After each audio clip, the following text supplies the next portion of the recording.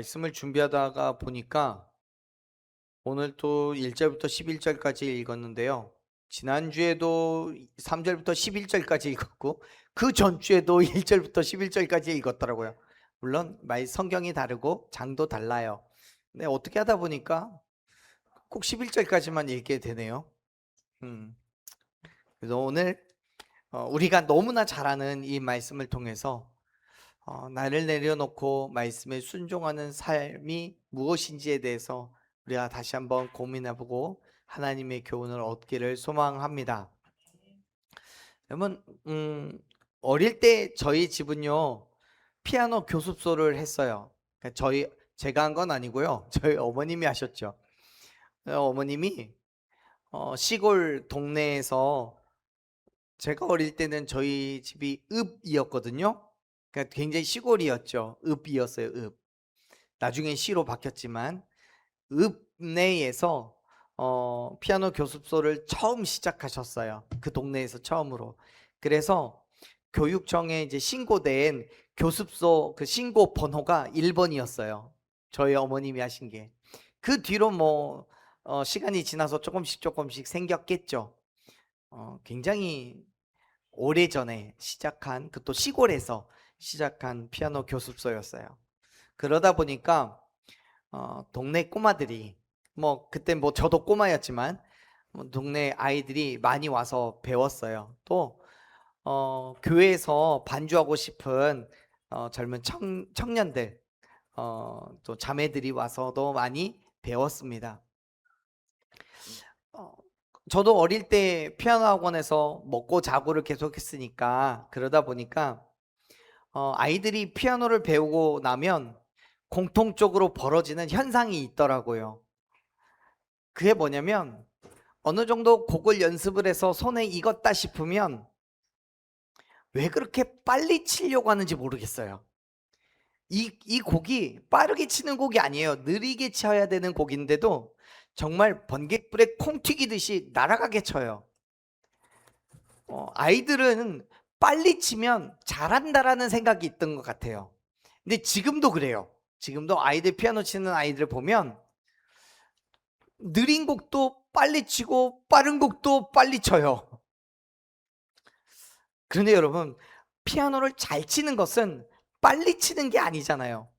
악보대로 정확하게 연주하는 사람이 잘 치는 거예요. 토스카니니라는 20세기의 정말 세계적인 지휘자가 있어요. 이 지휘자가 오케스트라 단원들을 연습시킬 때 늘 하는 말이 뭐냐면, 당신들의 어설픈 해석이나 개성을 악보에 그리지 말고 작곡가가 써놓은 음표를 정확하게 지킬 때 비로소 위대한 곡이 탄생한다라고 강조해서 이야기합니다. 성가대에서도 그래요. 저도 성가대 지휘를 오래 했거든요. 하다 보니까 자기가 찬양을 잘한다라고 작게 소리를 내야 될 때 혼자 크게 소리 내고, 천천히 부를 것을 잘한다고 빨리 부르는 사람이 있어요. 그런 사람을 뭐라고 부르냐면 협조적인 방해꾼이라고 불러요. 열심히 도와주는 것 같은데 결국 그건 도와주는 게 아니라 방해하는 것에 불과한 거죠. 사랑하는 여러분, 우리의 삶 속에서도요, 어쩌면 그 진리는 똑같은 것 같아요. 하나님께서는 우리에게 각자의 삶에 가장 완벽한 악보를 그려주시고 그 악보대로 살 것을 요구하시는데, 우리는 끊임없이 하나님의 그 악보 위에다가 내 지식, 내 경험, 내 자아, 내 만족이라는 음표를 마음대로 그려 넣어요.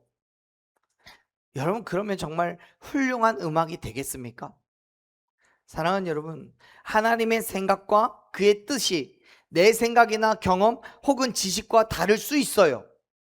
그러나 내 생각보다 하나님의 생각이 훨씬 더 정확하고 내 계획보다 하나님의 뜻이 훨씬 더 선함을 믿으시길 바랍니다. 그렇기 때문에 사랑하는 여러분, 나를 내려놓아야 돼요. 내 생각과 내 뜻과 내 경험, 내 지식 다 내려놓고 하나님의 말씀에 절대적인 순종을 결단하는 저와 여러분들에게 간절히 축원합니다. 그때 하나님께서는 저와 여러분을 통해서 놀라운 기적으로 하나님의 살아계심을 드러내게 되실 줄로 믿습니다. 오늘 우리가 읽은 말씀을 보면 그런 하나님의 일하심을 보게 돼요. 한참 결혼식을 진행하고 있던 한 가정에 잔치에 그런 기적이 나타나게 되죠. 그리고 그 기적을 통해 하나님의 살아계심이 드러나게 됩니다. 그 사건의 배경은 이래요. 어느 날 예수님과 그의 어머니인 마리아가 결혼 잔치에 초대가 되어서 가게 됩니다. 제자들과 함께 갔어요. 한참 즐겁게 먹고 마시며 잔치를 즐기고 있을 때였죠. 분위기가 한참 무르익어가고 있는데 예수님의 어머니인 마리아가 잔치의 주인이 준비한 포도주가 떨어져 간다는 사실을 알게 됐어요. 근데 이게 왜 문제가 되냐면 일반적으로 이 시대에, 이 당시에는 결혼 잔치가 일주일 정도 지속이 됩니다. 참 엄청 오래 하죠.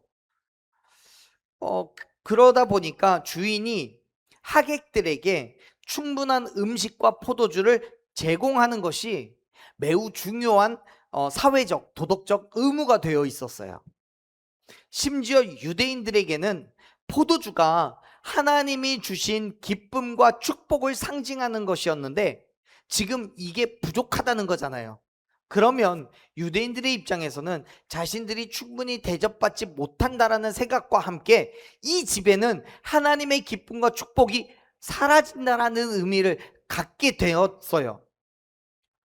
그러니까 잔치 도중에 포도주가 떨어진다는 건 단순하게 음료가 부족하다는 정도가 아니라 이 가정에 돌이킬 수 없는 사회적인 수치와 또 유대인의 명예가 실추된다고 여길 정도였단 말이에요. 사랑하는 여러분, 우리가 삶을 살아가다 보면 누구나 내 힘과 내 능력으로 어떻게 할 수 없는 문제를 만나게 돼요. 인생이라는 잔치를 성공적으로 치러내기 위해서 내 지식, 내 경험, 내 생각이라는 포도주만 있으면 얼마든지 유능하고 풍요롭게 살아갈 수 있을 거라고 착각합니다. 하지만 여러분, 오늘 우리가 읽은 이 말씀은 그냥 기적이 일어나 포도주가 채워졌다는 게 아니에요. 내 인생의 포도주가 바닥났을 때 인간적인 내 자아와 지식을 움켜쥐고 몸부림을 치지 말고 십자가 밑에 온전히 내려놓고 하나님의 그 절대적인 주권과 말씀 앞에 순종할 것을 말씀하고 계시는 거예요. 포도주가 떨어졌어요. 이들은 어떻게 해야 될지 몰라요. 내 생각으로 이만큼 준비하면 되겠다, 내 지식으로, 내 경험으로 이 정도면 되겠다라고 생각을 했는데 자기 생각이 맞지 않았던 거예요.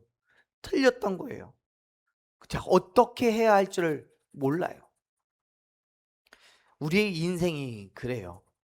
내 생각으로, 내 경험으로 요만큼이면 되겠다 싶지만 살다 보면 그게 아닌 때가 너무나 많잖아요. 그러면 당황하게 돼요. 어떻게 해야 될지 몰라요. 사랑하는 여러분, 그럴 때 우리는 어떻게 해야 합니까? 하나님께로 나가야 되는 거예요. 하나님의 일하심을 기대하면서 그 앞으로 우리는 가야 하는 거예요. 믿으시길 바랍니다. 마리아가 그래요.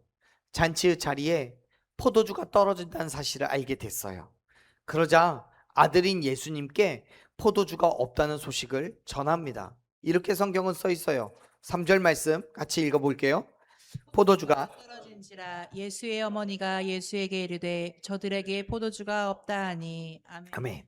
어머니인 마리아는 아들 예수라면 이 문제를 해결할 수 있겠지 하는 인간적인 기대가 있었던 거예요. 예수님은 어머니인 마리아의 말에 의아해하면서 반문을 하죠. 이렇게 말해요. 4절 읽어봅시다.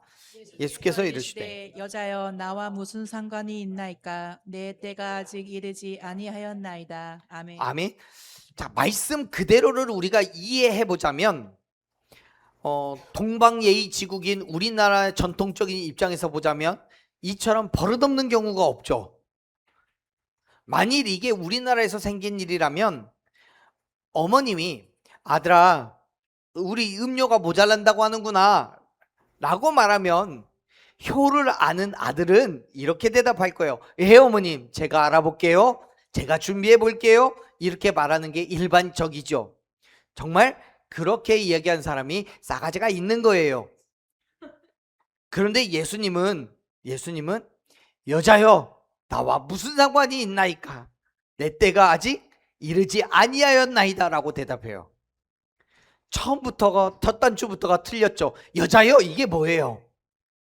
근데 여러분, 오해하지 마세요. 우리 성경에 여자여라고 번역되어 있는 이 단어는요, 헬라어로는 얘기하자면 당시에 여성을 최고로 높여 부르는 호칭이에요. 극존칭이에요.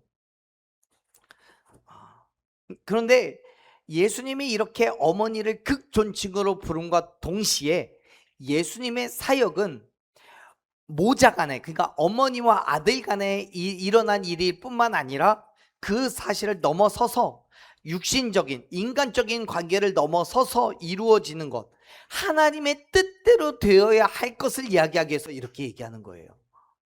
그래서 지금 이렇게 말씀하시는 거예요.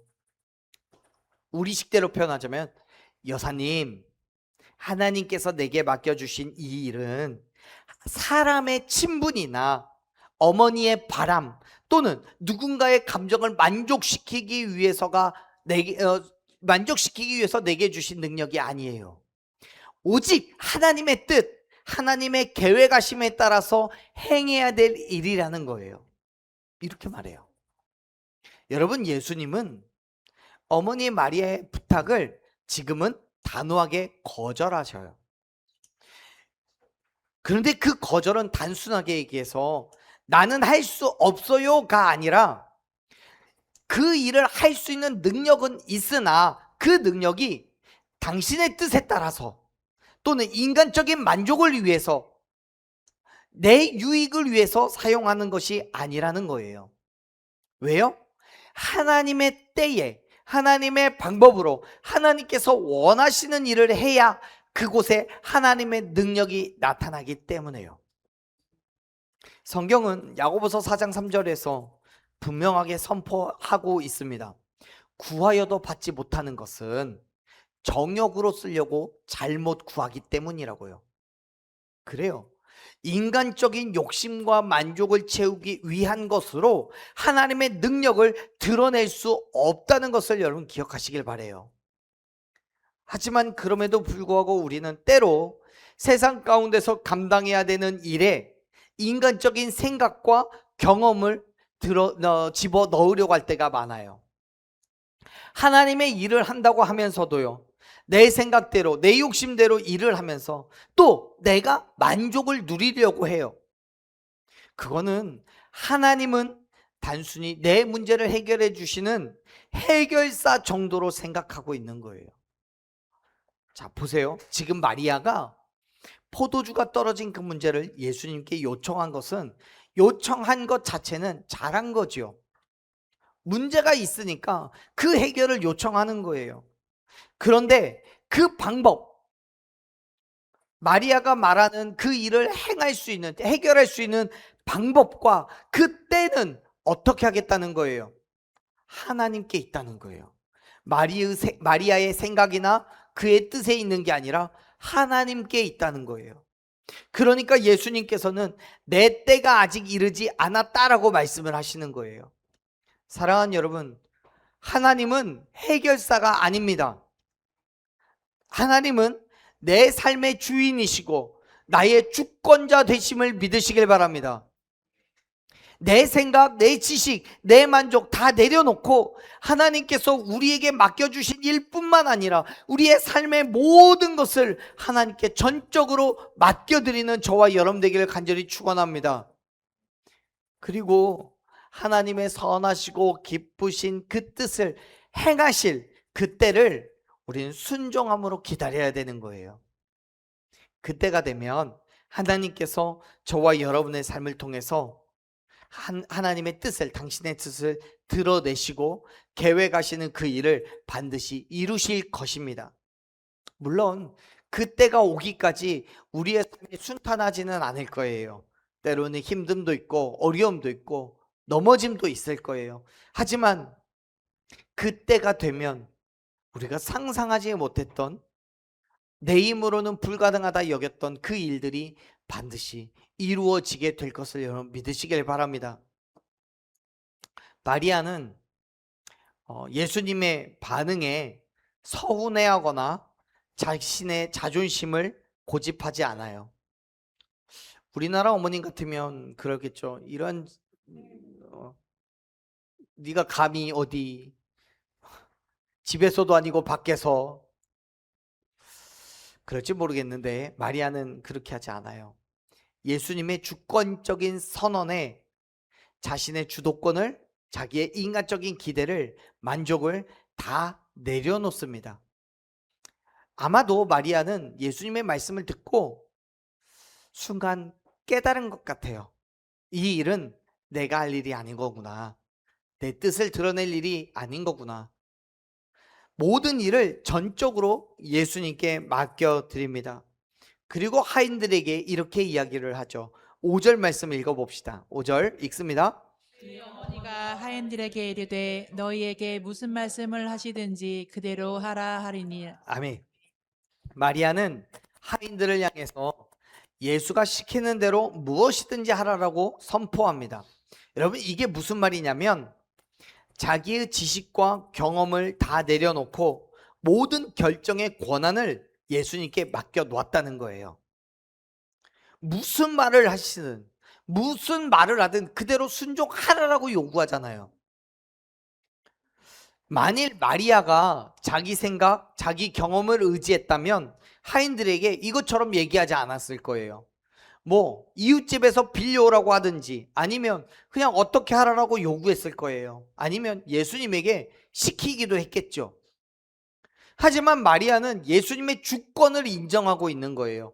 그리고 자기의 생각이나 방법대로 이 상황이 움직이기를 구하지를 않아요. 내 자아와 만족을 내려놓고 예수님께서 무슨 말씀을 하시든 내 생각과 달라도, 내 지식으로는 이해되지 않아도 절대적으로 순종을 결단하고 있는 거예요. 사랑하는 여러분, 오늘 저와 여러분에게도 그런 믿음이 있기를 간절히 축복합니다. 내 경험으로는 말이 안 돼도, 내 지식으로는 이해할 수 없어도 내 인생의 주도권을 하나님께 온전히 맡겨놓고 주님이 시키는 대로 그것이 무엇이든지 믿음으로 순종하는 저와 여러분에게 간절히 축원합니다. 그렇습니다. 여러분, 하나님께서는 우리의 삶과는 전혀 상관없는 죽은 신이 아니라 오늘 또 살아서 역사하고 계시는, 우리의 삶에 적극적으로 개입하시고 나아가는 그 길을 인도하는 분이신 줄로 믿습니다.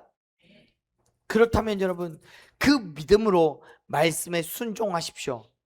그 순종에 깜짝 놀랄 만한 기적과 은혜를 경험하게 될 줄로 믿습니다. 자, 마리아의 결단에 이어서 이번에는 예수님의 말씀을 직접 듣게 되는 하인들을 보게 돼요. 예수님은 유대인들의 정결 예식에 사용하는 돌 항아리 6개를 가리키면서 이렇게 명령을 하셨죠. 7절 읽어보겠습니다. 7절. 예수께서 그들에게 이르시되 항아리에 물을 채우라 하신즉 아기까지 채우니. 6절에서도 이야기하듯이 이 돌 항아리는 유대인들의 정결 예식에 사용하는 거예요. 유대인들은 식사 전이나 종교적인 행사 전에 자신들의 손을 씻고 몸을 정결하게 하는 의식을 매우 중요하게 여겼어요. 부정을 씻는 거예요. 그래야 거룩하게 살아갈 수 있다, 거룩한 예배 혹은 거룩한 장소에 들어갈 수 있다고 생각했기 때문에 그래요. 그래서 유대인들의 그 정결 예식을 사용하기 위해서 물을 담아둔 항아리가 바로 이 돌 항아리예요. 더 재밌는 건 이 지금 돌 항아리잖아요. 원래는 당시에는 진흙으로, 흙으로 항아리를 만들었는데 흙은 정결하지 않다라고, 부정하다라고 생각했어요. 그래서 정결할 수밖에 없는, 때타지 않는 돌로 항아리를 만든 거예요. 예수님께서는 그 항아리에 물을 채우라고 말씀하셨어요. 물이 당연히 차 있지 않았겠죠. 왜요?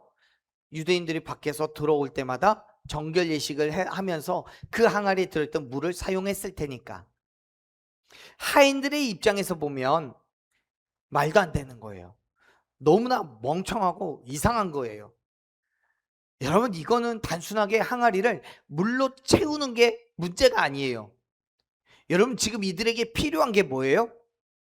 이들이 지금 필요한 거, 부족한 게 뭐냐고요? 물이 아니잖아요. 포도주예요. 그렇다면 이왕 채울 거면 포도주 병에 채우라고 하면 되잖아요. 그런데 정결 예식용 항아리에다 물을 채우라고 하니까 손 씻을 물이 필요한 것이 아닌데 왜 거기다 물을 채우냐고요. 네, 여러분, 예수님은 하인들에게 그렇게 명령하셨어요. 그 말씀에 하인들은 어떻게 반응합니까? 어떻게 반응했어요? 아귀까지 채웠어요. 여러분, 하인들이 물을 적당히 채우거나 절반만 채우는 게 아니라 항아리의 입구까지 찰랑거리도록 물을 채웠어요. 성경학자들에 의하면 이 항아리가 약 110리터 정도 되는 항아리였대요. 그러면 항아리 6개면 660리터 혹은 680리터 정도 되는 항아리예요. 지금이 아니라 예수님 당시의 환경에서 그런 항아리를 채우기 위해서 우물에서 물을 떠온다는 건 생각보다 쉬운 얘기가 아니에요. 1리터 물도 어쩌면 무겁다라고 생각하실 수 있겠는데 그걸 100리터, 600리터를 채워야 돼요. 게다가 앞에서도 말씀드렸듯이 포도주병이 아니라 손 씻는 항아리에 물을 받으라고 하니까 하인들의 입장에서 솔직히 지금 내가 이게 뭐 하는 짓인가 싶었을지도 모르겠어요. 그래서 적당히 타협하고 대충 할 수도 있었을 거예요. 그런데 이 하인들은 그렇게 하지 않았죠. 500리터가 넘는 물, 600리터가 넘는 물을 우물에서 떠와야 하는 그 수고와 노력을 마다하지 않고 타협이나 요행함이 없이 철저하고 완전하게 순종했다는 것을 여러분 기억하시길 바래요. 사랑하는 여러분, 물을 채우는 것은 우리가 해야 할 일입니다. 여러분이 해야 할 일이에요. 그리고 그 물을 포도주로 바꾸는 건 누가 하는 거예요? 하나님께서 하시는 일임을 믿으시길 바랍니다. 그런데 우리는 가끔 물을 포도주로 만드실 뿐만 아니라 그 물도 하나님께서 채워주실 것을 요구할 때가 많아요. 이런 거예요. 예전에 어떤 수련회에서 강사 목사님이 중고등학생들에게 선포합니다. 말씀을 선포해요. 그러면서 도전을 하는데 너희는 주일 예배뿐만 아니라 수요 예배, 금요 기도회, 새벽 예배 무엇이든지 온전하게 하나님을 예배하고 하루에 1시간, 2시간씩 기도해봐. 그러면 하나님께서 너희들에게 지혜를 주셔서 성적이 쑥쑥 올라갈 거야. 좋은 대학 갈 거야 라고 도전해요. 그러면 여러분, 아이들이요 정말 예배 열심히 참여합니다. 기도 정말 죽으라고 합니다. 그러면 성적이 쑥쑥 올라갈 거라고 믿습니다. 그러면서 책을 안 봐요.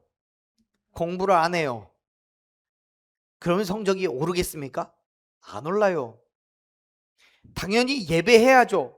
기도도 해야죠. 뭐 10분, 20분이 아니라 1시간, 2시간씩 기도하면 너무 좋겠죠. 성경도 봐야 되죠. 하지만 여러분, 그와 동시에 공부도 해야죠. 책을 봐야죠. 하나님께서는 우리가 할 수 있는 일을 놔두고 기적만 바라는 것을 원하지 않는단 말이에요. 사랑하는 여러분, 이제 저와 여러분에게 필요한 것은 더 뛰어난 환경이 아니에요. 넘쳐나는 물질이 아니에요. 주체할 수 없는 건강이 아니에요. 지금 내게 주어진 삶의 항아리에 아기까지 가득 채우는 내게 필요한 모든 것들을 해 나아가는 정말 할 수 있는 최선을 다한 순종이 있을 때 그때 비로소 하나님의 차원이 다른 역사하심을 경험하게 될 것입니다. 묻지도 따지지도 않은 채 말씀하신 것에 최선을 다한 하인들에게 예수님이 말씀하셨잖아요. 자, 이렇게 얘기를 하셨어요. 8절 읽어봅시다. 이제는 떠서 연회장에 갖다 주라 하심에 갖다 주었더니. 아멘. 아멘. 여러분, 우리가 할 수 있는 일을 최선을 다했을 때 그때 하나님의 기적이 일어나는데, 하나님은 우리에게 그 기적을 일어나게 할 만한 힘과 능력을 주실 줄로 믿습니다. 연회장에 떠서 갖다 주라고 말씀하시잖아요. 그리고 8절 마지막을 보면 하인들은 갖다 주었대요. 여러분, 당시 잔치의 모든 일을 책임지는 사람은 연회장이에요. 그는 음식과 음료의 맛을 평가하는 엄격한 책임자예요. 여러분, 종들의, 하인들의 입장이 되어 보십시오. 지금 항아리에 물을 담았어요. 어마어마하게 많은 물을 담았어요. 우물에서부터 길어오며 힘들었어요. 어쩌면 귀찮을지도 몰라요. 하신 근데 예수님이 그 물을 떠다가 갖다 주래요. 지금 항아리에 담긴 것은 불과 몇 분 전에 자신들이 우물에서 떠온 거예요. 그건 뭐예요? 떠온 거 뭐예요? 항아리에 담긴 게 뭐예요? 물이에요. 그냥 맹물이에요. 그리고 지금 이 시점에서 자신들의 눈앞에서 포도주로 색깔이 변한 것도 아니에요. 향기가 나는 것도 아니에요. 물을 떠다 주라고 했을 때 8절 마지막에 갖다 주었더니까지는 아직 뭐예요? 물이에요. 근데 그 물을 연회장에게 갖다 주라고요? 만약에 연회장이 맹물 가져왔다고 잔치 망칠 거냐고 화내면 어떡해요? 하인이 매를 맞거나 감옥에 갇히게 되는, 그건요, 하인들의 몫이잖아요. 그러니까 지금 예수님의 말씀은 하인들이 자신들이 행했던 그 여러 번의 경험과 또 상식과 인간적인 지식으로는 도저히 받아들일 수 없는 명령이었던 거예요. 사랑하는 여러분, 하나님께서 저와 여러분에게 말씀하시는 것이 때로는 그런 거예요. 사회적 통념으로는, 인간적인 지식으로는, 우리가 학교에서 배운 것으로는 이해할 수 없는 것, 우리의 경험으로는 받아들일 수 없는 것들이에요. 물론 그렇다고 해서 이단이나 사이비 같이 정말 말도 안 되게 뭐 가족을 버리라고 하든지 아니면 가진 재산을 다 바치라고 하든지 그런 극단적인 것을 얘기하고 있는 거 아니에요. 그럼에도 불구하고 쉽게 명령에 동의한다는 것이 어렵죠. 쉬운 게 아니에요. 하지만 사랑하는 여러분, 진짜 믿음은요, 결과를 내가 예측할 수 없는 상황 속에서도 하나님의 말씀에 전적으로 신뢰하고 순종하고 따라가는 것입니다. 그게 믿음이에요. 기적은 우리의 순종에서부터 시작된다는 사실을 믿으시길 바랍니다. 만약 하인들이 자신들의 지식과 경험을 하나님의 말씀보다 위에 두었다면, 예수님, 이거 맹물이잖아요. 포도주 가져가라고 하셔야지 왜 물을 가져가라고 하십니까? 라고 따졌을 거예요. 어쩌면 예수님의 기적을 믿고 있는다 할지라도 그 항아리에서 포도주로 변하는 것을 봐야 그 물을 떠가지고 갈다라고 생각했을지도 몰라요. 어쩌면 하인들은 예수님께 지금 이 상황의 문제를 이야기하거나 혹은 더 좋은 방법을 제안했을 수도 있었을 거예요. 그런데 하인들은 어떻게 해요? 말씀하신 대로 맹물을 떠가지고 가요. 심지어 성경은 하인들이 주춤거렸다거나 또 예수님의 명령에 토를 달았다고 기록하고 있지 않아요. 여러분, 잠언 3장 5절 말씀을 보면 저자는요, 마음을 다하여 여호와를 신뢰하고 너의 명철을 의지하지 말라라고 말씀합니다. 하인은 예수님을 그렇게 신뢰했던 거예요. 그러니까 그의 말씀에 절대적으로 순종했던 거죠. 하인들은 수십 년간 쌓아온 세상의 상식과 지식과 자기들의 경험 그리고 실패에 대한 두려움을 그 자리에서 십자가 밑에 온전히 내려놓았음을 믿으시길 바랍니다. 사도 바울이요 고린도전서 1장 25절에서 선포합니다. 하나님의 어리석음이 사람보다 지혜롭고 하나님의 약하심이 사람보다 강하다고요. 그것처럼요, 내 판단과 예수님의 입에서 나온 말씀이 내 판단보다 훨씬 더 절대적인 것임을 믿었으니까 그들은 그 물그릇을 가지고 연회장을 향해서 믿음의 발걸음을 내딛었다는 사실을 여러분 기억하시길 바랍니다. 사랑하는 여러분, 하나님의 기적은 하나님의 말씀에 완전한 믿음과 절대적인 순종의 행함으로 맺어지는 열매임을 여러분 믿으시길 바랍니다. 그래요, 하나님께서 우리에게 원하시는 믿음은, 그리고 바라시는 순종은 온전한 믿음, 절대적인 순종인 거예요. 자, 보세요. 예수님은 항아리 속에 물이 포도주로 바뀐 것을 먼저 보여주신 뒤에 가져가라고 하시지 않았어요. 맹물이 담겨 있는 상태에서 그냥 떠서 가져다 주라고 하셨고, 하인들은 그 말씀에 순종했습니다. 그때 어떤 일이 일어나요? 자, 9절 10절 읽어보겠습니다. 연회장은 물로 된 포도주를 맛보고도 어디서 났는지 알지 못하되 물 떠온 하인들은 알더라. 연회장이 신랑을 불러 말하되 사람마다 먼저 좋은 포도주를 내고 취한 후에 낮은 것을 내거늘 그대는 지금까지 좋은 포도주를 두었도다 하니라. 아멘. 여러분, 9절에서 연회장이 그 물을 맛보았을 때 그 물이 바로 뭐가 됐어요? 포도주가 됐어요. 물을 포도주로 만든 것은 하인들의 힘과 하인들의 능력인 거예요? 아니에요. 예수님께서 하신 일이에요. 그런데 예수님께서 하신 그 일은 누구의 순종이에요? 하인들의 순종이었음을 기억하시길 바랍니다. 그래요. 예수님께서 우리에게 주시는 은혜는 내 힘과 내 능력으로 얻어지는 것이 아닙니다.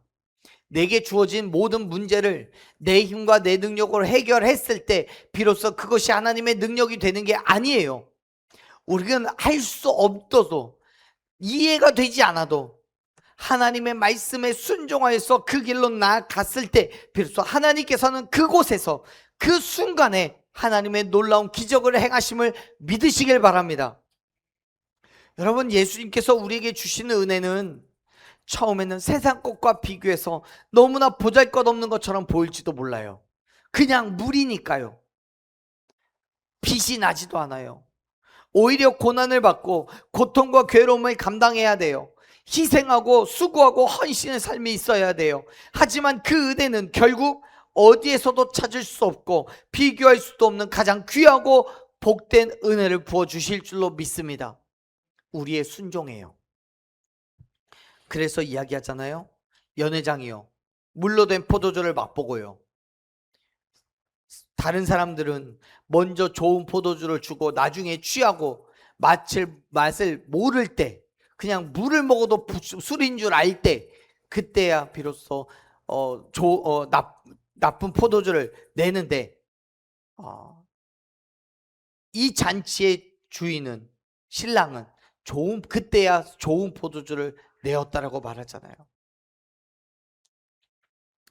여러분, 하나님께서 우리에게 주신 은혜는 그런 거예요. 사람으로서는 이해할 수 없지만 어디에서도 찾을 수 없는 귀하고 복된, 너무도 좋은 것으로 우리의 삶에 역사하심을 여러분 기억하시길 바랍니다. 근데 여러분, 여기서 우리가 분명히 확인할 수 있는 건 연회장에서 음식을 즐기던 그 사람들과 또 연회장은 이 훌륭한 포도주가 어디서 왔는지를 알지 못한다는 거예요. 하지만 물을 떠온 하인들은 알죠.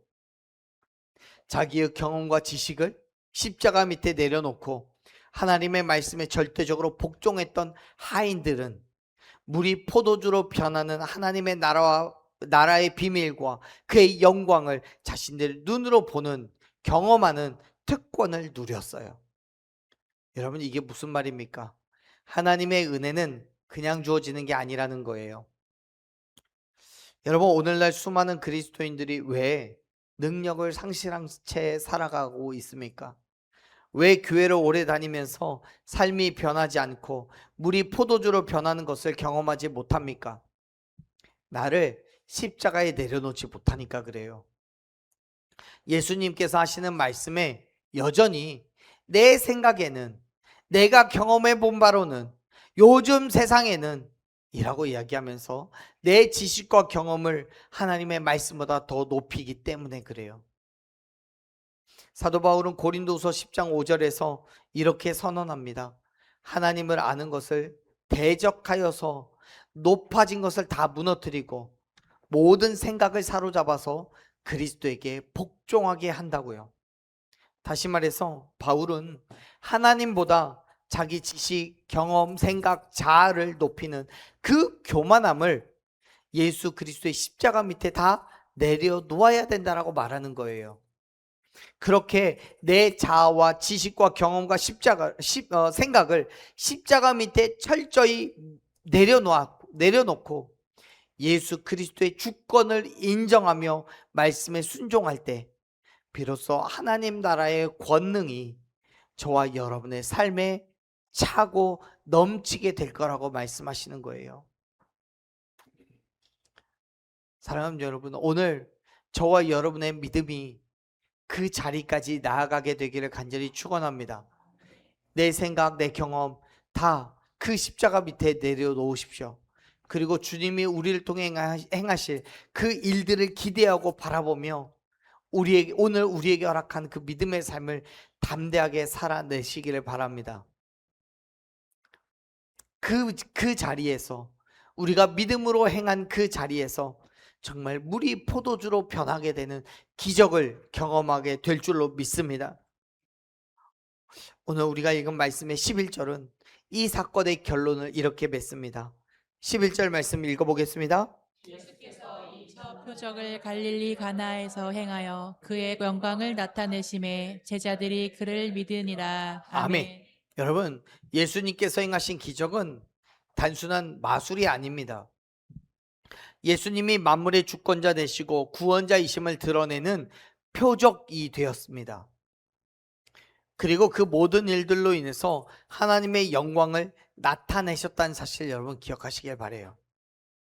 여러분, 내 자아와 경험을 내려놓고 말씀에 순종할 때 우리는 그리스도의 영광을 보게 되며 우리의 믿음은 더욱더 견고해질 것입니다.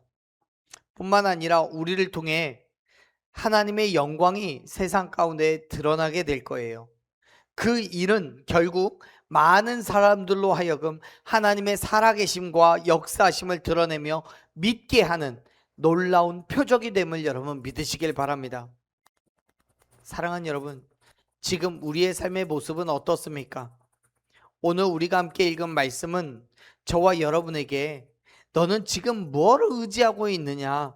아직도 너의 지식과 경험이라는 비워진 돌 항아리를 움켜쥐고 몸부림을 치고 있지는 않느냐라고 묻습니다.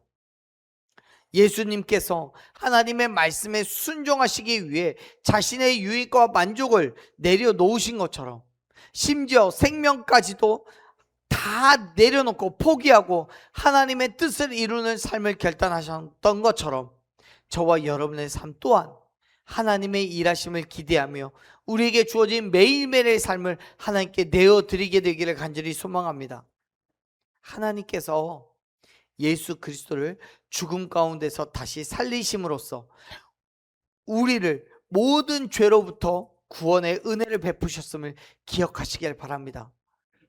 그와 같이 우리가 믿음의 자리로 나아가서 하나님의 살아계심을 증거할 때 저와 여러분의 삶을 통하여서 하나님께서 역사하시고 우리는 보는 모든 세상이 하나님께 영광을 돌리게 되는 그 기적을 경험하게 되기를 간절히 소망합니다. 물론 물을 가져다가 내놓으라고 하는 말도 안 되는 명령이고 이해할 수 없는 일이라고 할지라도 그 말씀을 통하여서 하나님의 뜻하심을 드러낼 수만 있다면 기꺼이 그 말씀에 순종하게 되기를 간절히 소망합니다. 오늘 이 시간 우리가 그 믿음의 자리로 나아가야 될 때입니다. 마리아처럼 나의 인간적인 주도권과 자존심, 내 만족을 십자가 밑에 완전히 내려놓고 하나님이 내게 무슨 말씀을 하시든지 그대로 순종하겠다라는 그 믿음의 결단이 있기를 축복합니다. 그리고 그 종들처럼, 하인들처럼 내 상식과 이성에 맞지 않아도요, 내 계산으로는 손해볼 것 같고 두려울지라도요, 하나님의 말씀이라면 내 경험과 지식 다 내려놓고 믿음의 물그릇을 들고 나아가십시오. 십자가는 내 자아가 죽고 그리스도의 절대적인 주권이 살아나는 장소인 거예요. 내 자아와 지식이 십자가 밑에 온전히 죽어질 때, 그때 비로소 우리의 메마르고 맹물 같은 삶이 가나 잔치집에 풍성하고 신령한 포도주처럼 변화되게 될 것입니다. 그렇기 때문에 사랑하는 여러분, 이제 저와 여러분의 삶에서 모든 지식과 경험과 생각 다 내려놓고 오직 하나님의 말씀에 절대적인 순종으로 우리를 통해 일하시는 하나님의 은혜와 영광을 누리는 삶을 결단하며 나아가는 저와 여러분이 되기를 간절히 축원합니다. 아멘. 우리 시간 함께 찬양하고 믿음으로 결단하며 나아가십시다. 하나님의 말씀에 믿음으로 순종한다는 건 말처럼 쉬운 얘기가 아니에요. 내 자아를 내려놓고 내 지식과 경험을 포기하고 온전히 하나님의 말씀에만 집중해야 되기 때문에요. 세상의 많은 시험과 유혹 속에서 담대하게 말씀을 선택해야 되기 때문입니다. 그럼에도 불구하고 사랑하는 여러분, 예수님의 말씀에 우리의 모든 것을 기꺼이 내려놓고 항아리의 아귀까지 물을 채우는 순종이 있기를 소망합니다. 기꺼이 그 말씀 앞에 나를 내려놓으십시오. 그 믿음의 행함에 하나님의 기적을 경험하게 될 줄로 믿습니다. 하나님께서 나를 통해 일하시는 놀라운 일들이 일어나게 될 것입니다. 오늘 그 믿음을 이 시간 함께 결단합시다. 우리 찬양하고 기도의 자리로 나아가겠습니다.